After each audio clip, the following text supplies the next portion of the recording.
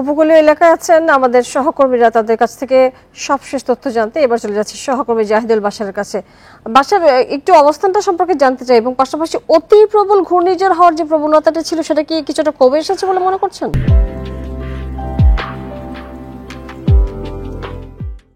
দেখুন, ঘণ্টাখানিক আগে প্রতিমন্ত্রী এবং দুজন আবহাওয়া অধিদপ্তরের শীর্ষ কর্মকর্তাও সেখানে ছিলেন। তারা যেমনটি বলেছেন যে ৯টার দিক থেকে এই ঝড়ের যে মূল কেন্দ্র, যেটাকে আমরা বলি চোখ বা আই, সেটি কিন্তু বাংলাদেশ উপকূল অতিক্রম করা শুরু করেছে এবং বলেছে যে ঘন্টা দুয়েকের মতো সময় লাগবে। সেই হিসাবে এরই মধ্যে ১ ঘন্টা কিন্তু হয়ে গেল।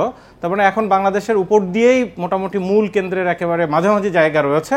তো এখন সর্বশেষ আসলে কী অবস্থা, সেই যে এলাকাগুলোতে রয়েছে সাতক্ষীরা, খুলনা, নোয়াখালী এবং ঝালকাঠি, বিভিন্ন জায়গা থেকে আমাদের সহকর্মীরা জানাবেন আসলে সর্বশেষ এখন এই মুহূর্তের কি পরিস্থিতি। আমি একটু সরাসরি উপকূলে যেতে চাই, আমাদের সহকর্মীরা সেখান থেকে যুক্ত হচ্ছেন। শুরুতেই আমরা একটু যেতে চাই পটুয়াখালীর খেপুপাড়া এলাকায়, সেখান থেকে সহকর্মী আলামিন হোসেন রয়েছেন। আলামিন হোসেন, কিছুক্ষণ আগে মন্ত্রী নিজেই বলেছিলেন যে সর্বশেষ কি অবস্থা, এবং তিনিও জানিয়েছেন, এর আগেও আপনি যেমনটা বলছিলেন যে পটুয়াখালীতে কিন্তু একজন মারা গেছেন, সেই খবর আমরা পেয়েছি। সাথে সাথে আরেকটি বিষয় যে এখন যেহেতু ঝড়ের মূল কেন্দ্র বাংলাদেশের উপকূল অতিক্রম করছে, কি অবস্থা আগের থেকে এখন, বাতাসের তীব্রতা কতটা, নতুন কোনো খবর আছে কিনা, আশ্রয় কেন্দ্রগুলোর কি অবস্থা, ঠিকমতো খাবার পাচ্ছে কিনা আশ্রয় কেন্দ্রগুলোতে, বিস্তারিত জানাবেন। বাশার, ত্রাণ ও দুর্যোগ প্রতিমন্ত্রীর যে সংবাদ সম্মেলন, সেই সংবাদ সম্মেলনের ধরেই যদি বলি, আসলেই উপকূল অতিক্রম করতে শুরু করেছে বিমান। এর বিস্তৃত প্রায় ৪০০ কিলোমিটার, অর্থাৎ ৪০০ মাইল বিস্তৃত। সেটি ইতিমধ্যেই আঘাত হেনেছে, বাংলাদেশের উপকূলে আশ্রয় পড়েছে। আমরা বাতাসের শোষ শব্দই শুধু শুনতে পাচ্ছি। বাশার, আমরা এখানে আসলে এখন আর খেপুপাড়াতে নেই। পরিস্থিতির বিবেচনায় আমরা কুয়াকাটার একটি রিসোর্ট এসেছি, সবুজ বাংলা রিসোর্ট, এবং সেখান থেকে সৈকতের দূরত্ব প্রায় ১.৫ কিলোমিটার। সেখান থেকে আমরা যেই সমুদ্রের গর্জন, অর্থাৎ সমুদ্রের যে বিক্ষুব্ধ, সেই শোষ আওয়াজ শুনতে পাচ্ছি।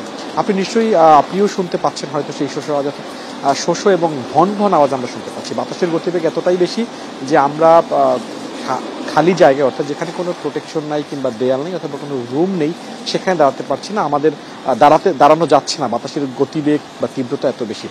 ক্ষয়ক্ষতি আসলে কি হয়েছে সেটি তো ঝড়ের পরে আসলে বোঝা যাবে। তবে আমরা কিছুক্ষণ আগে খেপুপাড়াতে গিয়েছিলাম, সেখানে আমরা যেটি দেখেছি যে সেইখানে নীলগঞ্জ ইউনিয়নের গইয়াতলা নামে একটি জায়গা রয়েছে, এবং সেই জায়গাতে আন্ধারমানিক যে নদী, এবং আন্ধারমানিক আপনি জানেন যে বঙ্গোপসাগরের মোহনায় মিলিত হয়েছে, এবং সেখানে একটি জায়গায় বাঁধ ভেঙে লোকালয়ে পানি প্রবেশ করেছে।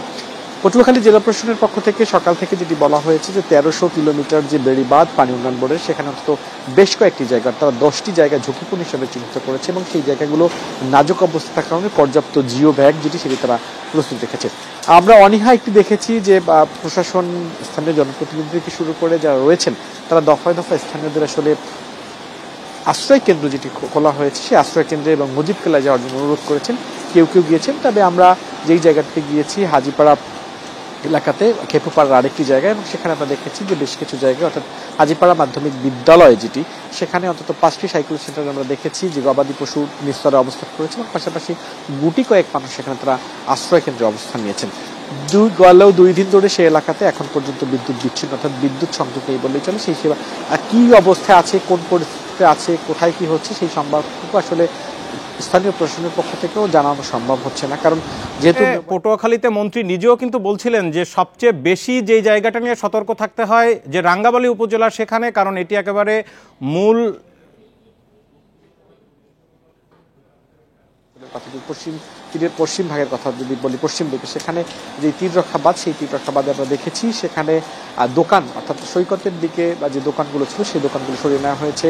পর্যটকরা যে চেয়ারগুলোতে বসতেন সেই চেয়ারগুলোতে সরিয়ে নেওয়া হয়েছে। এর বাইরে সেখানে যে নৌকা, অর্থাৎ জেলেদের মাছ ধরার যে ট্রলার থাকতো সৈকতে, সেগুলোও সরিয়ে তারা বেড়িবাঁধের উপর নিয়েছে। অর্থাৎ পরিস্থিতি এখন পর্যন্ত যেটি বলা যায় যে আমরা বাতাসের শব্দ শুনছি।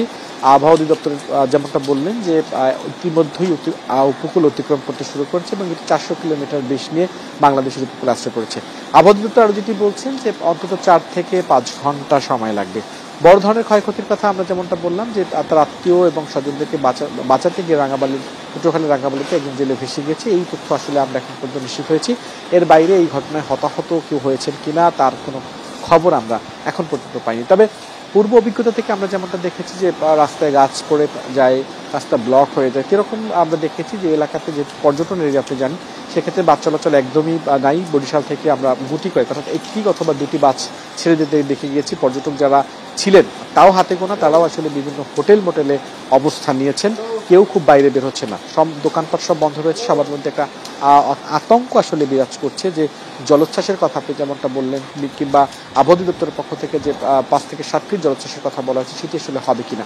যদিও 10:30 নাগাদ জোয়ার হওয়ার কথা, আমরা সন্ধ্যা নাগাদ যেটি দেখেছি যে স্বাভাবিক সময়ে অর্থাৎ ভাটার সময় নদীতে আন্ধারমানিক, খাপড়াভাঙা যে নদীগুলো রয়েছে সেগুলোতে স্বাভাবিক সময়ে যে পানি থাকে, জোয়ারের সময় ঠিক একই, অর্থাৎ ভাটার সময় যে পানি থাকে, আমরা আজকের পরিস্থিতি দেখেছি যে ভাটার সময় জোয়ারের মতো পানি দেখেছি।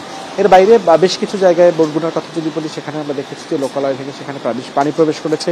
এই দিকটাতেও আমরা দেখেছি যে জলোচ্ছ্বাস অর্থাৎ সমুদ্র রক্ষা যে বাঁধ, সেই বাঁধের একদম ছুঁই ছুঁই পানি চলে এসেছে। এখন যেহেতু উপকূল অতিক্রম করেছে, সেই ক্ষেত্রে হয়তো সমুদ্র অলরেডি বিক্ষুব্ধ হয়ে গেছে।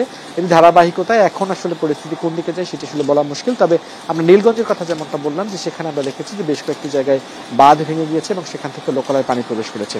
এখন যদি আবার জোয়ার 10:30 পর্যন্ত, 10:30 কিংবা তার খানিকটা পরে জোয়ার শুরু হবে এবং এই যে 5 থেকে 7 ঘন্টা যদি এটি তাণ্ডব চালায় বা উপকূলে আসতে পারে, সেক্ষেত্রে জলোচ্ছ্বাস, সেই শহর রক্ষা, সমুদ্র রক্ষা যে বাঁধ এবং পাশাপাশি যে নদীগুলো রয়েছে, নদী বেষ্টিত যে এলাকার সেই বাঁধগুলো ভেঙে হয়তো লোকালয়ে তলিয়ে যাওয়ার জন্য।